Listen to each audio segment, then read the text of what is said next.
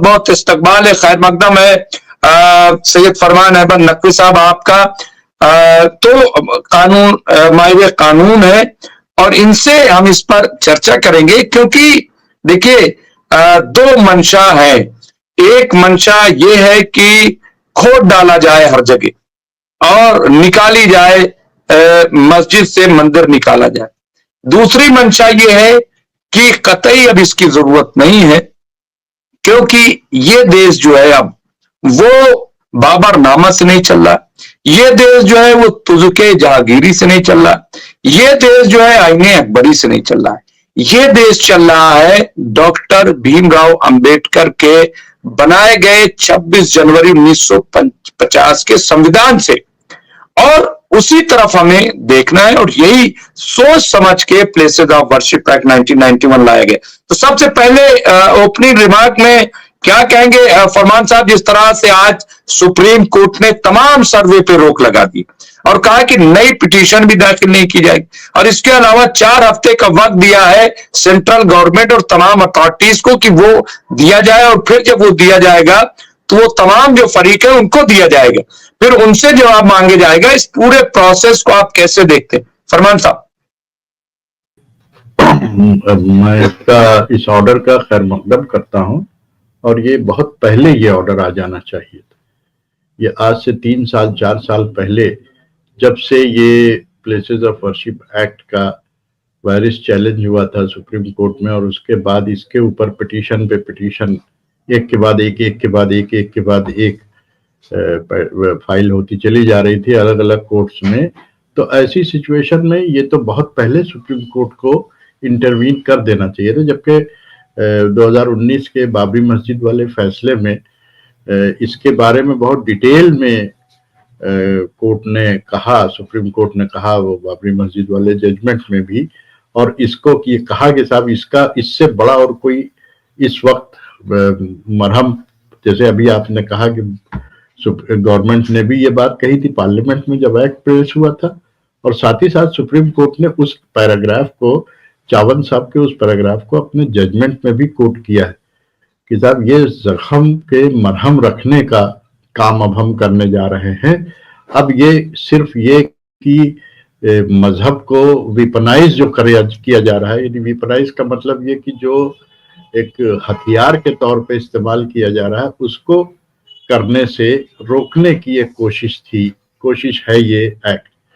और इसको बायगॉन किया कई चीजों ने, कई फैक्टर्स ने। उसमें एक जगह एक ओरल ऑब्जर्वेशन एक आ गया कि साहब प्लेस ऑफ वर्शिप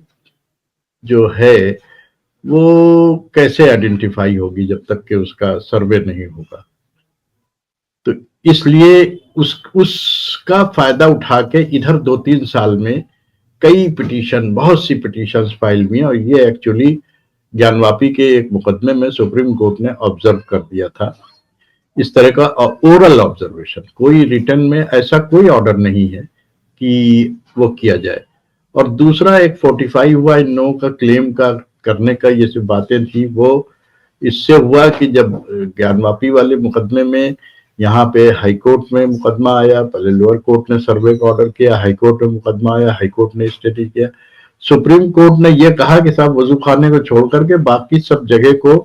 आप वो कर दीजिए, और उसका सर्वे छोड़ करके बाकी सब जगह के सर्वे आप कर लीजिए। उससे जो है एक लोगों को एक हिम्मत बढ़ी कि साहब हम कुछ कर सकते हैं। प्लेसेस ऑफ वर्शिप एक्ट जो है वो अब उतना ज्यादा इफेक्टिव नहीं है, और उसी वक्त ये ऑब्जर्वेशन भी कहीं आया कोर्ट में ही कि साहब ये जो प्लेस ऑफ वर्शिप है ये डिफाइन नहीं है प्रॉपर्ली, कैसे पता चलेगा कि प्लेस ऑफ वर्शिप क्या चीज है। तो इसलिए उसको प्रॉपरली आइडेंटिफाई करने के लिए ये होना चाहिए। ओरली एक होता है, बहुत सी चीजें ओरली कही जाती हैं कोर्ट में, जब आर्गुमेंट्स होते हैं तो हम लोग सुनते हैं, जजेस भी कहते हैं, वकील भी कहते हैं, बहुत सी बातें कही जाती हैं, लेकिन इसका मतलब ये नहीं है कि वो कानून बन गया। जब तक कि वो लिख करके ऑर्डर इस तरह का कोई ना आए, उसके बेसिस पे कोई एक्शन करना ये इंतहाई गैर कानूनी काम है। लेकिन लोगों ने उसको इंटरप्रेट ये किया कि शायद सुप्रीम कोर्ट ये चाहता है कि इसको डिफाइन और गहराई से इसका मुताला किया जाए और इसके ऊपर और गहराई से गौर की जाए, इसलिए लोगों ने ढेरों पिटीशन फाइल कर दी। जबकि अगर आप देखें तो जो प्लेसेस ऑफ वर्शिप एक्ट है, इसमें सेक्शन 2C में जो कहा गया है प्लेस ऑफ वर्शिप क्या होती है, डेफिनेशन जो होती है, किसी भी एक्ट में डेफिनेशंस दी जाती हैं जो रेलेवेंट एक्शंस होते हैं या जो रेलेवेंट प्रोविजंस होते हैं या जो रेलेवेंट फैक्ट्स होते हैं, उनके बारे में कुछ डेफिनेशंस दी जाती हैं। 2C में प्लेस ऑफ वर्शिप डिफाइन किया है। आपकी इजाजत से मैं उसको पढ़ देना चाहता हूँ। Place of worship means a temple, mosque, gurdwara, church, monastery or any other place of public religious worship of any religious denomination or any section thereof by whatever name called। तो अब इसमें आया है temple, mosque, gurdwara, church, monastery और any other place of public religious worship. तो अब ये आप टेम्पल की बात करेंगे यानी मंदिर, तो मंदिर से वर्ड ही काफी है समझने के लिए कि वो क्या चीज होगी जहां पे मूर्तियां रख के पूजा की जाती होंगी। अब इसको अलग से डिफाइन करना या अलग से उसको डिस्क्रिप्शन उसका देना, ये एक वो था कि ठीक है इसको डिफाइन, कोर्ट ने एक ओरल ऑब्जर्वेशन दिया, आपने उसको पकड़ लिया और उसी के बेसिस पे अब हर जगह सर्वे सर्वे सर्वे सर्वे। तो ये तो एक तरह से कानून का मजाक उड़ाना हुआ। इस तरह की पिटीशन जो कोर्ट्स इंटरटेन कर रही हैं वो भी। फरमान साहब क्या आपको लग रहा है कि एक ओरल जजमेंट हो गया, ठीक है, और एक ये कि 5 रुकनी जो आईनी बेंच होती है, जो 5 जजों की जो कॉन्स्टिट्यूशनल बेंच होती है, उसकी बड़ी हैसियत होती है, उसका हर फैसला एक कानून होता है। तो बाबरी मस्जिद के मामले में जो बातें कही गई थी, क्या उन बातों को नजरअंदाज कर दिया जाएगा? क्या उन बातों को अहमियत नहीं दी जाएगी?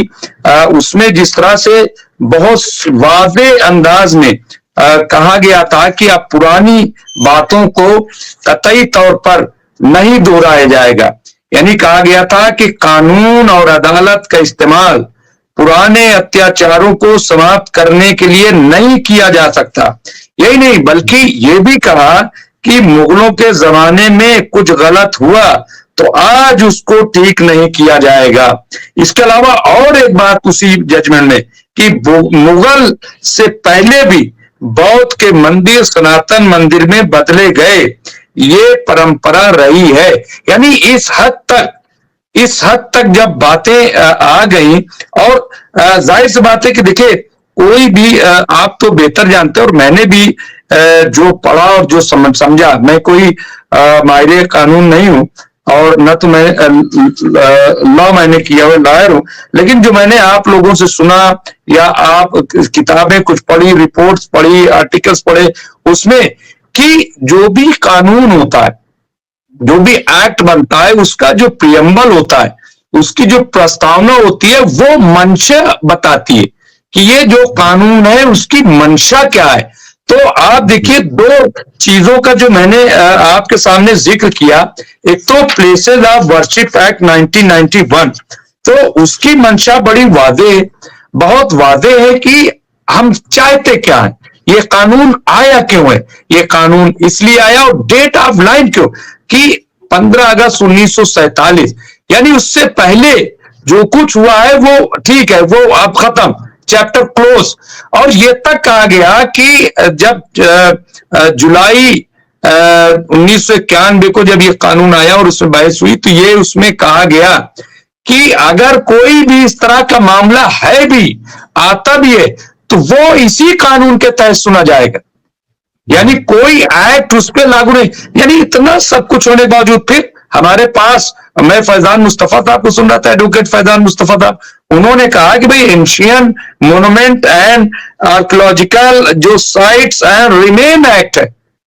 वो भी यहाँ पे स्टैंड करता है, डिजर्व करता है, और वो भी बहुत स्ट्रांग है, और उसकी भी मंशा यही है। तो जो लोग 100 साल की बात करते हैं, तो मतलब ये सब होने के बावजूद फरमान साहब, ये क्यों आपको लग रहा है कि क्या मंशा क्या है, क्या इसको क्यों बार बार इस तरीके से कुरेदने की कोशिश की जा रही है?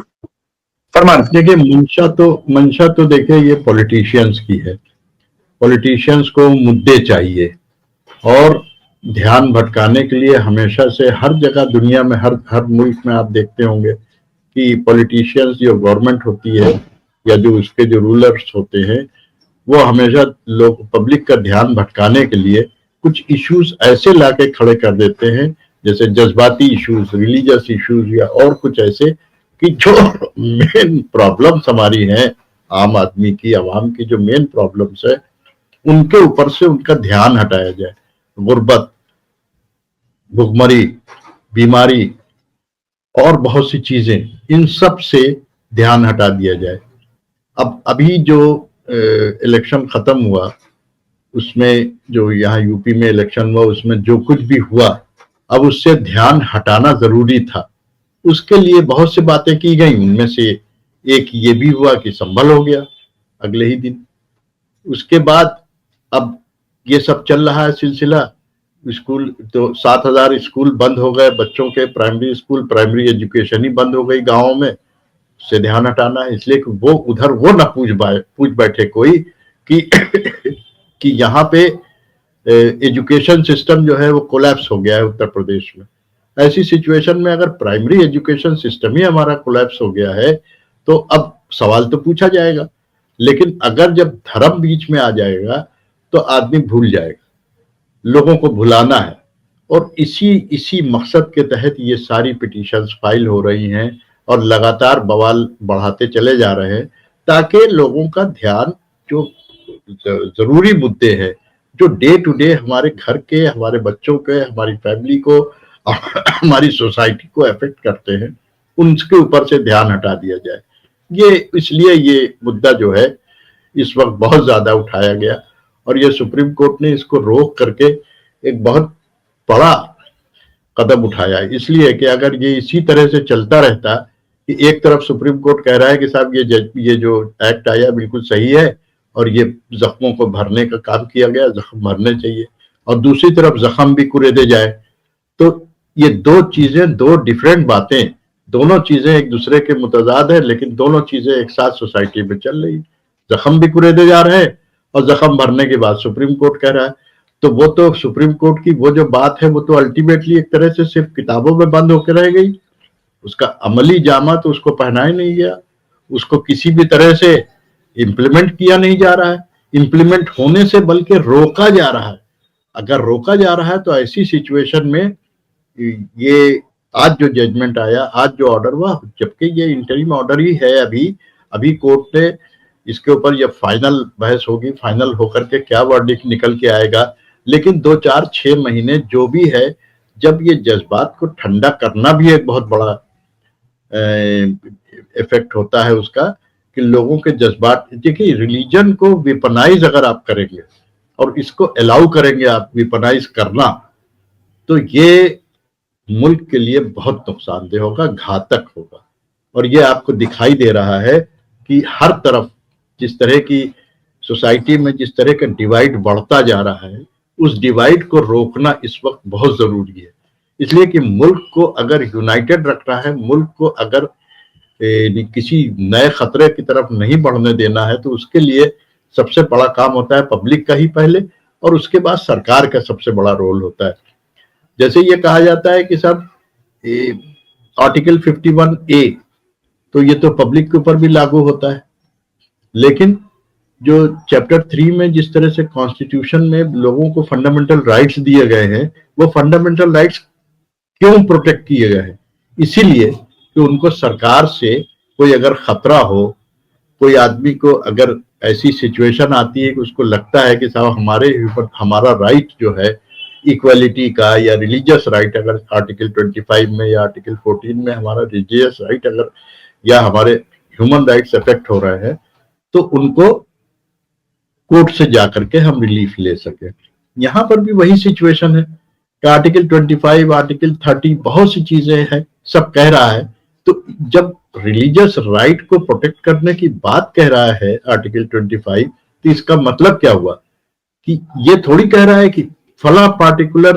रिलीजन के आदमियों के राइट्स प्रोटेक्ट किए जाए। Religious rights of every citizen, जितने भी मुल्क के बाशिंदे हैं उनके रिलीजियस राइट। तो हमारा इंडिविजुअल राइट जो है वो प्रोटेक्टेड है, उस प्रोटेक्शन को आप डिस्टर्ब कर रहे हैं ये सब चीजें करके। और जैसे अभी आपने बात की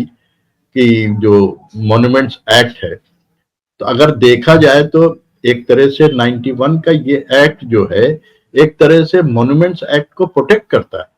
इसलिए कि मॉन्यूमेंट्स जो हैं वो 2000 साल भी पुराने भी हो सकते हैं, 5000 साल भी पुराने हो सकते हैं, 500 साल भी पुराने हो सकते हैं, सबको प्रोटेक्ट करने की बात कहता है। और इस एक्ट ने उसको और फोर्टिफाई किया और उसमें जोर पैदा किया कि नहीं साहब, अब ये जो कैरेक्टर होगा इसको भी प्रोटेक्ट किया जाएगा। लेकिन यहाँ हो क्या रहा है, हमारे कुछ हमारे भाई बिरादरान जो है वो क्या कर रहे हैं, वो ये कर रहे हैं कि नहीं, ना तो रिलीजियस एक्ट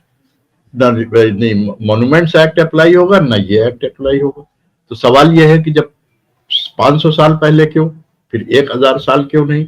1500 साल पुराना क्यों नहीं, 2000 साल पुराना क्यों नहीं, 5000 साल पुराना क्यों नहीं। तो फिर सब तरफ खुदाई होने लगे तो फिर हिंदुस्तान में सिर्फ खुदाई होगी, पढ़ाई लिखाई नहीं होगी, खाने पीने की रोजी रोटी की बात नहीं होगी, या आगे की तरक्की की बात नहीं होगी। हम चांद पे जाने की बात कर रहे हैं, चांद पे जा रहे हैं, 3 ट्रिलियन की इकोनॉमी बनाने की बात कर रहे हैं और बात कर रहे हैं खुदाई करने की। तो ये तो हमको एक तरह से पीछे ढकेलना हुआ, जो आपने इंट्रोडक्टरी रिमार्क में अपने कही कि एक तरह से ये पीछे ढकेलना हुआ अपने आप को। तो मुल्क को पीछे ढकेलने के लिए अगर कुछ लोग साजिश कर रहे हैं तो उनको ये मौका बहुत अच्छा है कि उनको रोका जाए। और सुप्रीम कोर्ट ने फिलहाल उनको जो रोक लगाई है, इंटरिम ऑर्डर से ही सही, लेकिन जो लगाई है बिल्कुल सही लगाई है।